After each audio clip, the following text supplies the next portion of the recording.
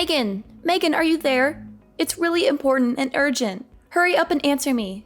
Don't leave me hanging here. I'm sorry, I really don't have time to talk right now. I'm super busy with work and I can't afford any distractions. Busy? What are you talking about? I never see you leave the house. Aren't you just like a full-time housewife or something? You know, cooking, cleaning, taking care of the kids, that kind of stuff. How hard can that be? My brother must be very stressed and miserable to marry a useless wife like you. Hey, you watch your mouth. I've told you a bunch of times already that I work from home. I have a remote job as a web designer, and I have deadlines and projects to finish. And before you ask, yes, my husband and I basically make the same amount of money. We both have successful careers, and we're both very happy with our arrangement. Well, 1, who said I was going to ask? And 2, I really doubt that. I mean, isn't he a manager at some Fortune 500 company or something like that? Are you really trying to say that you make the same amount as someone with that kind of prestigious and high-paying job? Well, if that's true, then you guys must be really swimming in money over there, huh? Man, you better be lying or something, because I am so jealous right now if that's true. How about sharing a little bit of that with me? I wouldn't mind a weekly allowance, you know? Just a small token of your generosity. What are you talking about? Does that have anything at all to do with why you messaged me in the first place? You said you needed to talk to me about something important and urgent. What is it? Oh, come on. Don't change the subject. I know you got more money than you know what to do with. Why can't I have some too? You're my sister-in-law after all. You should help me out when I'm in need. Maybe because the money we have, we worked really hard to earn. We didn't just get lucky or inherit it from someone. We studied hard, got good grades, went to college, got degrees, applied for jobs, worked our way up the ladder, and saved up for our future. We didn't spend it on frivolous things or waste it on bad habits. We made smart choices and we're proud of them. I mean, I know you had that part-time job for a little bit while you were in high school, but have you ever even had a job after that? That's what I'm saying. That's why I need money, because I don't have a job and I don't want one either. They're boring and stressful and they take up all your time and energy. Besides, my boyfriend and I want to travel somewhere and we need money to do that. We want to see the world and have fun and enjoy life while we're young and beautiful. Then do what we did. Find a job, work hard, save up, and then you can go on your trip. That's how most people do it. Are you serious? But that's so lame. I could never do something as uncool as that. Are you calling having a job uncool? It's not that I disagree with you, but I really worry for your future if that's how you think of working. How are you going to support yourself when your boyfriend dumps you or when your parents stop giving you money? Well, duh. That's because I'm just going to marry rich and never have to worry about any kind of lame stuff like that. That's my dream and my plan. And don't worry about my boyfriend dumping me or my parents cutting me off. They love me too much to do that. What? Is that really your plan? Just marry rich? Has it ever occurred to you that someone that rich might want someone just as motivated to work and succeed? What? And are you trying to say that I'm not that kind of person or something? Are you trying to insult me or hurt my feelings? Because if you are, then you're doing a terrible job at it. Well, I know you don't have a job, and I'm pretty sure you never do any kind of housework either, so... And you're cooking. Well, remember what happened last time you tried to make something for the family, right? We all just ended up ordering takeout after one bite. You said you wouldn't bring that up. That's not fair. And remember that healthy dish you tried to make that one time? It was that stew that you just dumped a whole bottle of vinegar and that terrible health powder into? Oh man, that was a classic. But anyways, I guess my point was to say that you probably don't cook much around the house either. You probably just order food or eat out all the time. It wasn't the whole bottle, you know. Besides, we'll just hire a maid for all those kinds of things, so problem solved. Yes, you're very clever. Alright, well, do what you want, I suppose. Anyways, I have to deal with some clients, so I can't text anymore. See ya. That's fine. I was going to head over to your place to hang out anyways. What? You mean, like right now? I'm sorry, but I have a couple of friends coming over tonight. Let's hang out another day, okay? Oh, don't worry. I don't mind. They won't bother me at all. That's not what I was worried about. I'm the one who's going to be bothered. You always crash my parties and make everything awkward and annoying. Do you remember the last time you went to my house when my friends were here? You made fun of our hobbies and interests and acted like you're better than us, which caused trouble and drama and ruined the mood for everyone. I already said it'll be fine. See you in a little bit.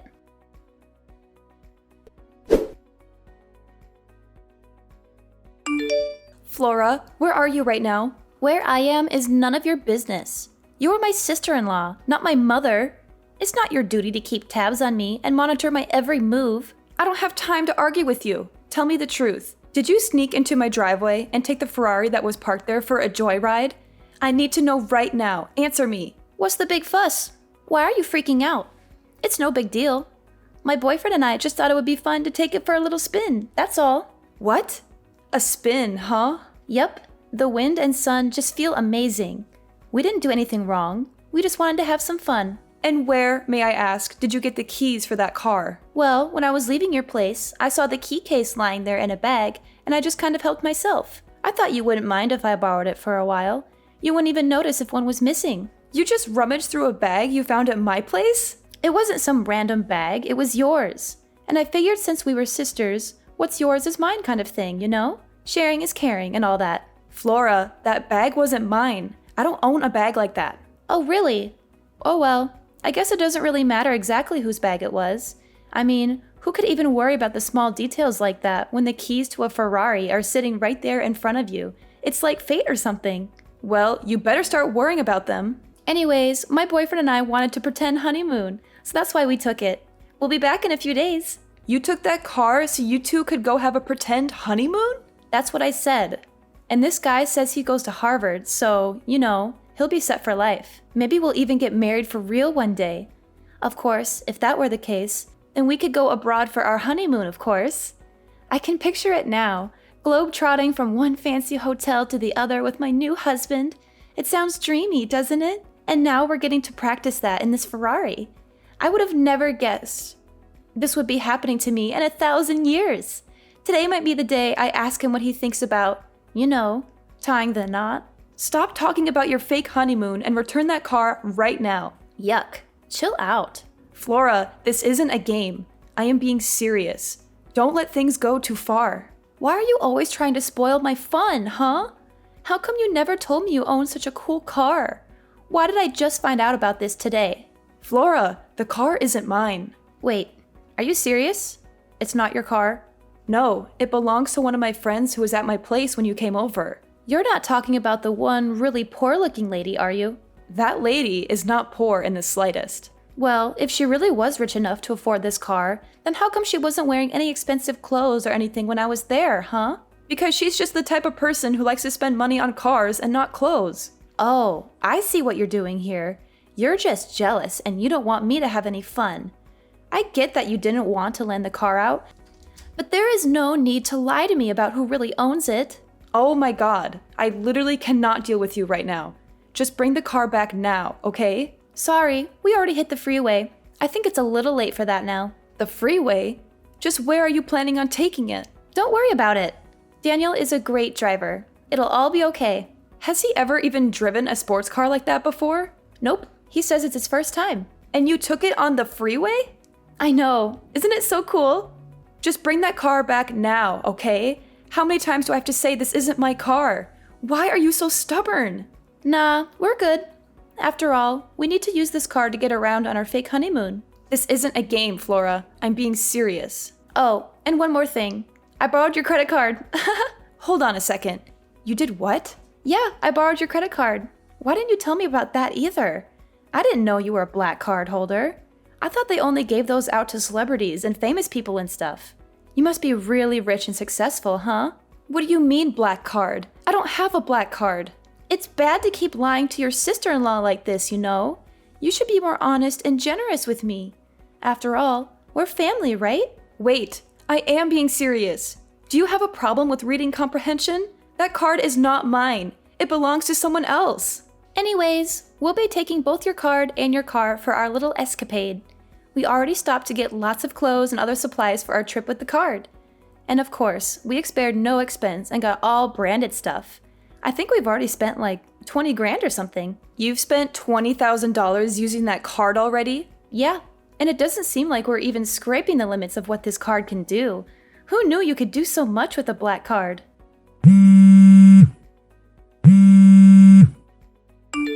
Man, you are persistent.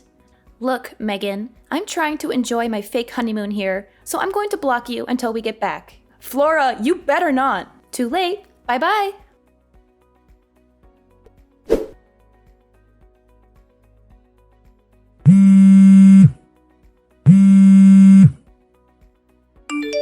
Megan, pick up the phone. It's an emergency. I'm not joking around. I'm being serious. You have to answer me right now. What do you want? I'm busy right now. Can't you leave me alone for once?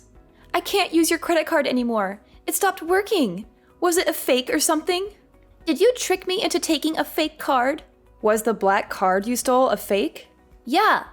Daniel and I are trying to check into our hotel, but they won't accept our card. We made them try again and again, but they said the payment wasn't being accepted. That means that the card was a fake or something, right? Oh man, this is bad. What should we do? Flora, you can't use that card because the owner froze it.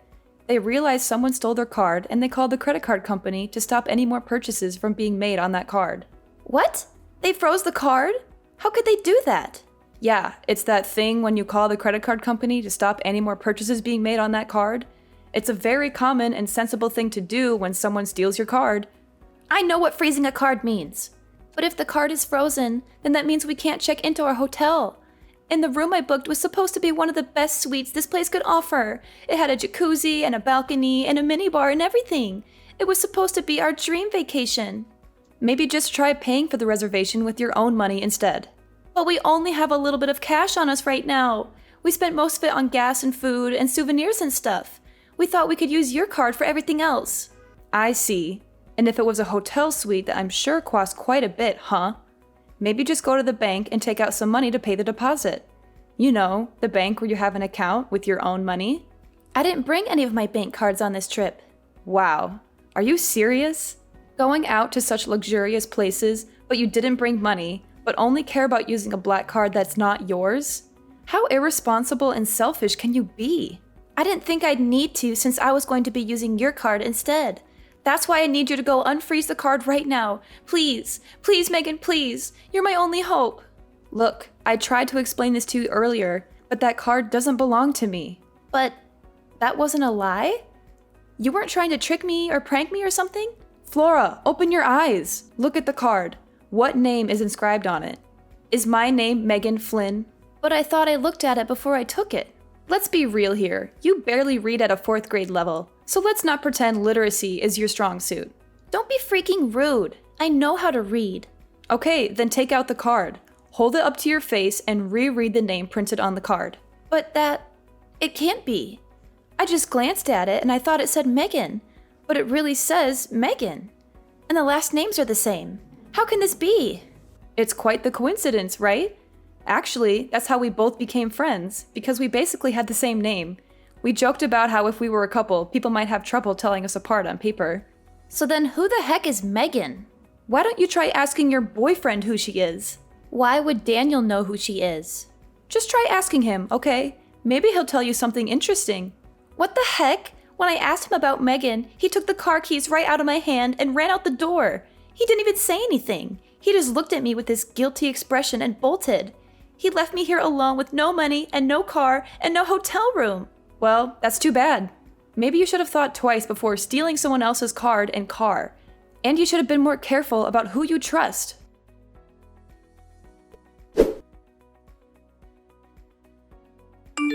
Hey Flora, were you able to catch Daniel in the end?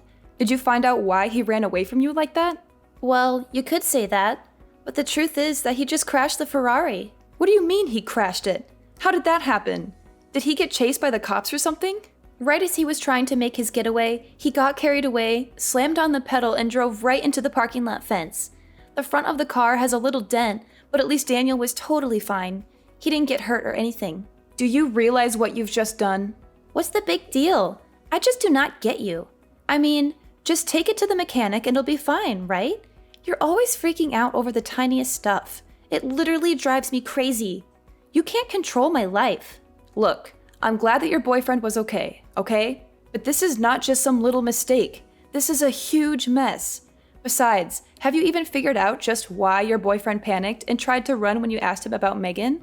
Oh, actually, now that you mention it, I forgot to in all the excitement. But anyways, can't you just tell me what's up? Why are you being so secretive and mysterious? Daniel is Megan's younger brother. He's a what? I never knew that. How come he never told me? Do you remember that one time, I can't recall exactly when, but there was this dinner party I was going to that you weren't invited to, but snuck in anyways? Well, that's where you first met Daniel, right? What does that have to do with anything? Wait, was that place Daniel's sister's house? Yes, it was. Anyways, maybe you've heard from Daniel, but Megan and him have a pretty strange relationship, so that's probably why he flipped out when you told him that the cards you just borrowed actually belonged to his older sister, Megan. So that means that the car also belongs to Megan? Yes, that's what I've been trying to tell you. The car and the card are both hers. Come again? Okay, I'll try to explain everything from the top one more time. Neither the Ferrari you were driving nor the black credit card you were using belong to me. Both of those things that I just listed above belong to Megan. Wait, so then her own little brother doesn't even know what kind of car she drives? Well, she just picked up the car about 3 days ago or something. I'm not sure Daniel ever knew she owned it to begin with. At least that's what Megan is telling me right now. Megan is there with you? Yup. And is she mad at all? I would describe her as very mad, actually. And after using her card to buy $20,000 worth of crap on top of all the fees you'll have to pay to take the car into a specialist who deals with imported cars, you're probably looking at about $100,000 in damages, at least. $100,000? And that would be the low end of how much you might owe at the end of this. That is why Megan has just been furious since this morning, really. I mean, who knows what she'll do to you both when you get back. Honestly, she's had a pretty scary face all day. It's starting to creep me out. I'd be worried. It's that bad, huh? Seems that way, yes. And one more thing. What else could you possibly have after all that? Well, we got a call from the hotel you two were just trying to check in at. The hotel called you? What did they want to talk about? Well, Megan's husband actually manages a resort company, and it turns out he's pretty close with the owner of that hotel. So he got a call right away when someone using his wife's card showed up. Wait, what are you getting at? What are you going to say next? I'm getting there. Anyways, I guess the police showed up to the hotel to ask about who this person with his wife's card was and was asking Megan's husband if they wanted to pursue any legal action. I mean, I won't lie. She's not a lady you want as your enemy. Anyways, on that note, I gotta go. See ya.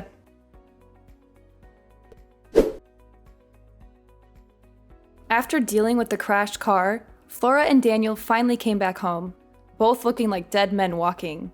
They were exhausted, scared, and ashamed of what they had done. Megan was, of course, waiting for them in a swiveling chair we have, just so she could turn around dramatically to greet them as the two of them got on their knees to beg for her forgiveness. She had a cold and stern look on her face as she took out an envelope from her breast pocket and handed it to them. Inside was an invoice for $70,000. Listed there were, of course, the goods purchased with her stolen card, as well as the estimated cost for the Ferrari repairs. Towards the end of the items, however, was also listed the repairs on the hotel parking lot's fence, which was destroyed in the accident, as well as a hefty fine for reckless driving. Megan told them they should both be grateful that she didn't call the police on them or sue them for damages. She said she was being generous and merciful by giving them a chance to pay her back. Now, Flora is working at one of Megan's husband's resorts. She has to do all kinds of menial and humiliating tasks, such as cleaning toilets, scrubbing floors, and serving rude guests. Meanwhile, Daniel had to drop out of college and find a job at a company owned by a friend of Megan's. He has to work long hours in a cubicle, doing boring and tedious paperwork. He also has to endure the constant mockery and harassment of his boss and coworkers, who know he is there only because of Megan's influence. She made sure to wish them both good luck in paying back every single dime they owe. She also said she would be keeping an eye on them and monitoring their progress. She still goes to check on the two of them periodically. I think she gets some kind of sick pleasure out of seeing them both work so hard for what they did to her. She always has a smug smile on her face when she visits them. She says she is just being friendly and supportive, but I know she is really enjoying their misery.